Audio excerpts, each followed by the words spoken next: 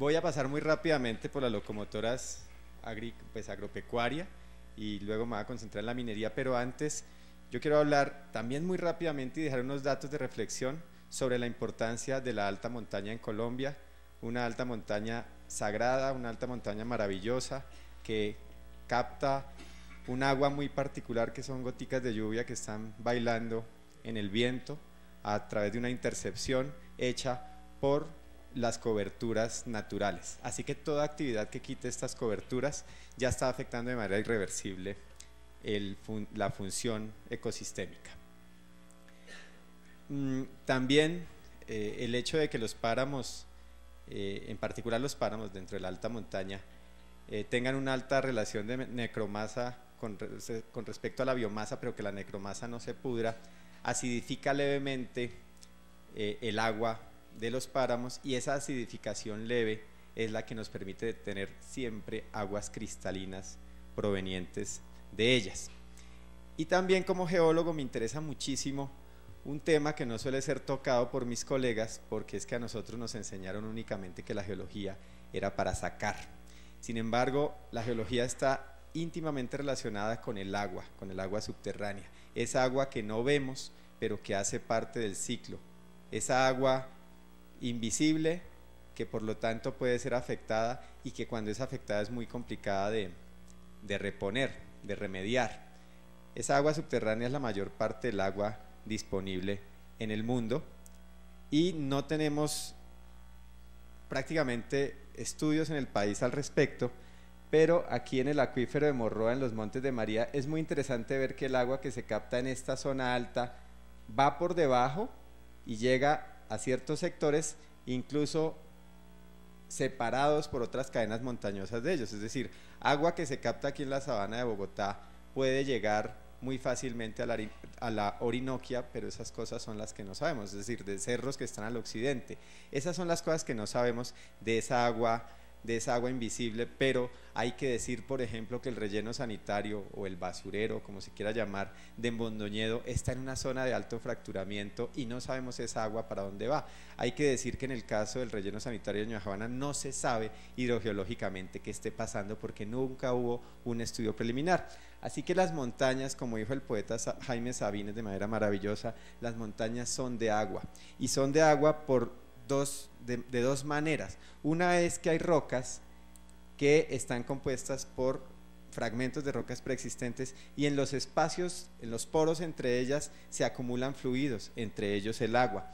La otra manera de acumular agua en las montañas es a través de las fracturas, y Colombia es un país terriblemente fracturado desde todo punto de vista, también desde el geológico. No es un chiste. Bien, aquí tenemos fotografías de secciones delgadas, microscópicas, de areniscas de los cerros orientales para que ustedes vean esa maravilla de esponja. Todo lo que está en rosado son poros, así que las montañas o las rocas que corresponden a estas areniscas del grupo Guadalupe, ustedes ven que pueden ser 20% agua. Entonces, cuando vean rocas, por favor piensen en que esas rocas, en que las montañas en general también son agua. Y aquí en una zona de la Calera, pequeñas fallas geológicas, y esas fallitas geológicas todas están húmedas, por ahí va el agua, todas las montañas están transmitiendo agua. Y tenemos unos estudios muy precarios al respecto, es decir, el tema del fracturamiento es una interpretación de fotografías aéreas en el páramo de Rabanal, mediciones en campo de para dónde van las fracturas, mediciones de cuáles son las fracturas abiertas. Eso no se está haciendo en el país, ni hay un estudio, ni hay estudios oficiales al respecto, y los señores mineros tampoco están haciendo este tipo de cosas. Bueno, densidades de fracturamiento para saber dónde hay preferencialidad de la infiltración de agua para alimentar esas esponjas que se llaman acuíferos, criterios también geomorfológicos. Aquí vemos morrenas dejadas por antiguos glaciales en el páramo de Rabanal. Esas morrenas dan una rugosidad en el terreno y esa rugosidad también ayuda a que el agua se acumule y posteriormente se infiltre. Entonces lo que estamos viendo es cómo la geología y la geomorfología no son únicamente para ver dónde podemos hacer huecos o dónde podemos sacar petróleo, sino que también son fundamentales en los estudios para la conservación, en los estudios de redelimitación de páramos. Entonces, La alta montaña, ya lo dijo Germán, es un espacio de biodiversidad, es fundamental para la regulación hídrica, tiene una sacralidad que creo que tenemos que recuperar, y además está el tema de los servicios fundamentalmente relacionados con el agua. Aquí tenemos del maestro Thomas van der Hamen unos mapas de los años 70 de la zona del páramo de Guerrero, que le da agua al 15% de los bogotanos. En gris las zonas de páramo, y miren ustedes cómo se ha disminuido de los 70 a los años 90. Hay una presión muy fuerte en Guerrero, sobre todo por agricultura y ganadería, pero también por minería de carbón. Entonces, quedan unos datos ahí, me toca correr, pero miren el subrayado. A mí me parece personalmente inaceptable que la biotecnología por parte de Fedepapa se esté usando para producir semillas cada vez más resistentes a la altura, en vez de estar pensando lo contrario, de manera que estos ecosistemas tan frágiles y tan fundamentales sean cada vez menos vulnerables. Pero de esta manera pues estamos aumentando la vulnerabilidad. Aquí quedan unos datos del Instituto Humboldt con respecto al agua que requiere el cultivo de papa. Son datos preliminares, pero van estableciendo una huella del agua y por lo tanto el impacto de la agricultura en la alta montaña. Reforestaciones inadecuadas. ¿Y por qué son inadecuadas? Porque influyen de manera muy negativa en los páramos como reguladores de crecientes. Entonces en Ecuador ya hicieron algunos estudios al respecto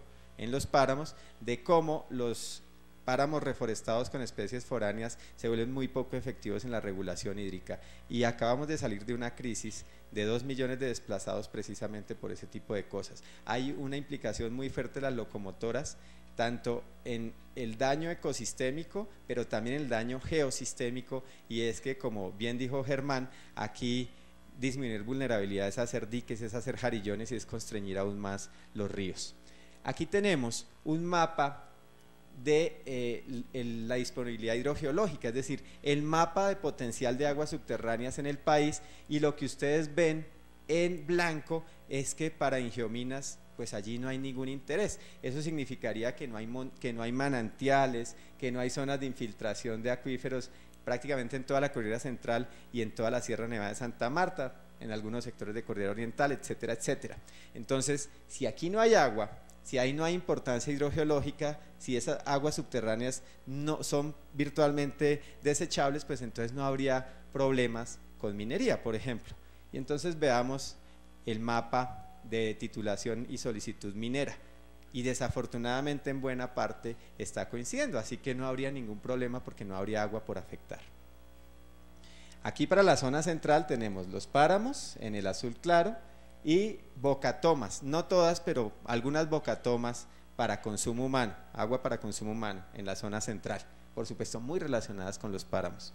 Títulos mineros a octubre de 2010 y solicitudes mineras a octubre de 2010. El problema es que pasar de solicitudes a títulos es una cuestión de mero trámite, así que el segundo mapa es un mapa de escenario de corto plazo, y los mineros dicen que cuál sería el problema de que haya 10.000 títulos mineros hoy y 20.000 solicitudes, de acuerdo con uno de sus representantes en una charla ayer, que esto porque es malo. La exploración ya comienza a causar problemas, y la explotación pues vamos a ver. Aquí fotos de cómo se hace esa minería en páramos. Esta por ejemplo es legal, y ustedes ven que ahí no hay ninguna técnica y que lo que hay es un irrespeto absoluto por estos ecosistemas. Aquí tenemos un perfil del estudio de impacto ambiental, del estudio hidrogeológico de Greystar, cuando pretendían hacer un hueco de entre 200 y 400 metros de profundidad en el páramo de Santurbán, y miren el nivel del agua subterránea y miren los huecos, el nivel de los huecos, es decir, lo que habría allí es una pérdida de acuíferos, y además habría una afectación, además que ellos no tienen ni idea cuál va a ser, de las direcciones de esos flujos de aguas subterráneas, y esa afectación entonces se vuelve una afectación virtualmente imposible de cualificar incluso. La otra cosa también tomada de manera literal del estudio de impacto ambiental de Greystar fue algo de lo que habló el primer expositor, y es la acidificación de drenajes de aguas. Aquí lo que tenemos es el proyecto como estaba planteado y por qué insisto en este proyecto a pesar de que así ya no se va a hacer. Ahora están insistiendo en que va a ser subterráneo.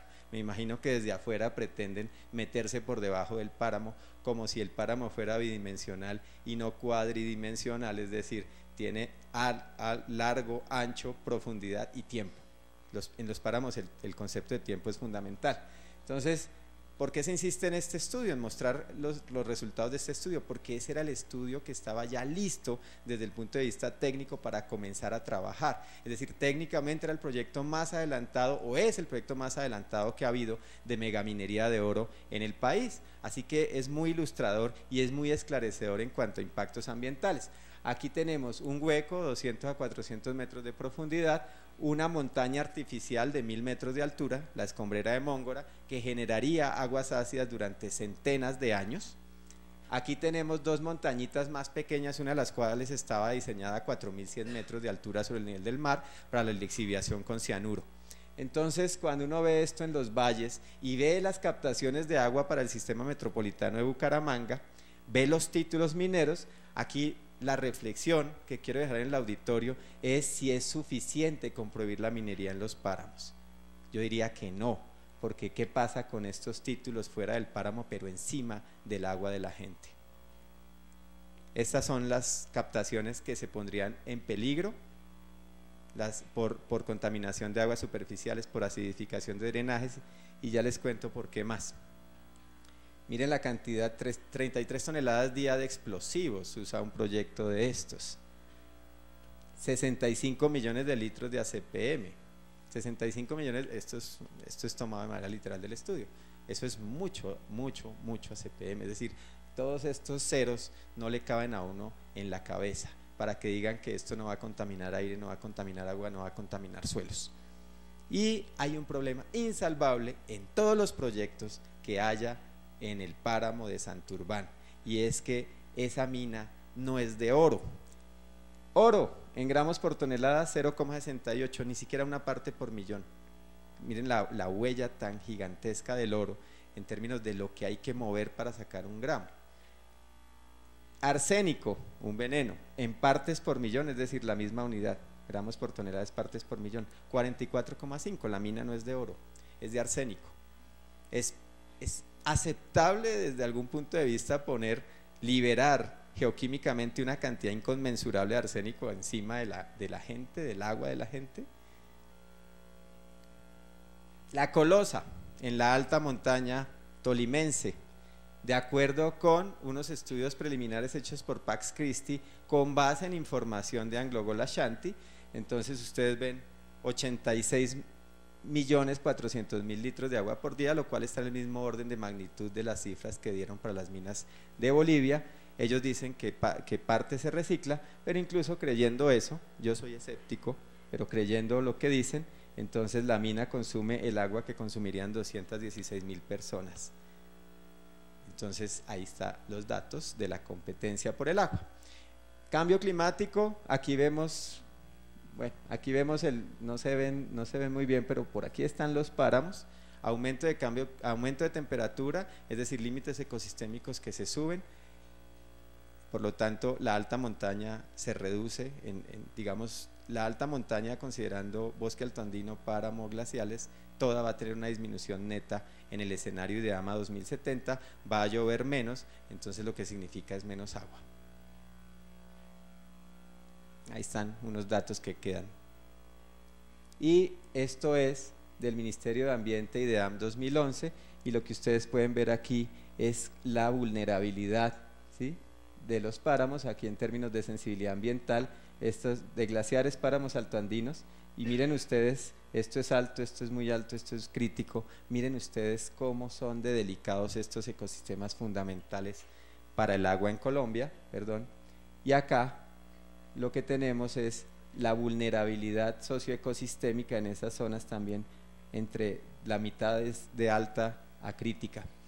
Y como las locomotoras de desarrollo, pues lo que dicen es que tenemos que entregar todo esto y tenemos que arriesgar lo social y lo ambiental porque esto nos va a dar plata. Miren acá, del mismo estudio del IDAN y del Ministerio de Ambiente, la participación del agua en el PIB. Es decir, Miremos con criterio economicista, el PIB que no mide ni lo ambiental ni lo social. Incluso desde ese punto de vista uno no entendería por qué la insistencia en que esto es lo que nos va a redimir de la pobreza y que eso se va a hacer a costa de esto. Ya para terminar, aquí tenemos, digamos, esto es jurídico y es cómo están planteados los ecosistemas estratégicos o las áreas protegidas en el país, parques, reservas forestales de ley segunda, los páramos, los títulos mineros a diciembre de 2010, miren la presión en esta zona, en esta zona, en esta zona, hay que crear 2 cesares, ya hay que escindirlo, cesar del norte y cesar del sur, y en medio los huecos que no son de nosotros los colombianos, y aquí está el tema de solicitudes mineras y miren la problemática que habría. Vale la pena notar que tanto páramos como reservas forestales protectoras, como humedales Ramsar, que intentaron y pues que están prohibidos en este momento adicionalmente a los parques naturales, son fundamentales en términos de agua. Y cuando se ve ya la locomotora mineroenergética con el tema petrolero, pues entonces ¿qué hacemos? Vale la pena notar aquí también que el artículo 13 del Código de Minas dice que para el desarrollo de la explotación minera procede la expropiación. Entonces, ¿nos van a expropiar? El 70% de los Andes entre titulado y solicitado nos vamos a ir. ¿Qué es lo que va a pasar? ¿Cuál es la lógica de estas apuestas? También quedan unos datos ahí, a octubre de 2008, el 10% de los páramos titulados, todo esto estaba en solicitudes, pero pues dejo para la reflexión el tema de la plata. Entonces, en 2009 el total de minería sin hidrocarburos, 1,93 billones, 1,93 millones de millones recibimos de regalías mineras directas e indirectas. Luego, cómo se gestionen, cuánta corrupción hay alrededor, cuánto va a dar a grupos armados ilegales, dejémoslo para otra discusión, pero incluso si este fuera un país de ángeles, entonces 1,93 billones de pesos recibimos en regalías, 1,75 devolvimos en exenciones de renta. Eso es de acuerdo con los datos de Guillermo Rudas, y los señores responsables del Cerrejón y de la minería del carbón de La Guajira se hicieron acreedores a subsidios por combustibles que nos significaron a los colombianos 0,24 billones de pesos en 2009. Cuando usted suma 1,75 y 0,24 da 1,99. 1,99 les devolvimos, recibimos 1,93. Los señores mineros dicen que además ellos pagan renta IVA, yo también. Es decir, ¿cuánto pagaba el Cesar de renta ese suelo cuando era agrícola y pecuario? Las cuentas de que ellos también pagan renta IVA, pues eso es discutible, no tenemos datos al respecto, pero son datos que hay que comenzar a generar. Muchas gracias.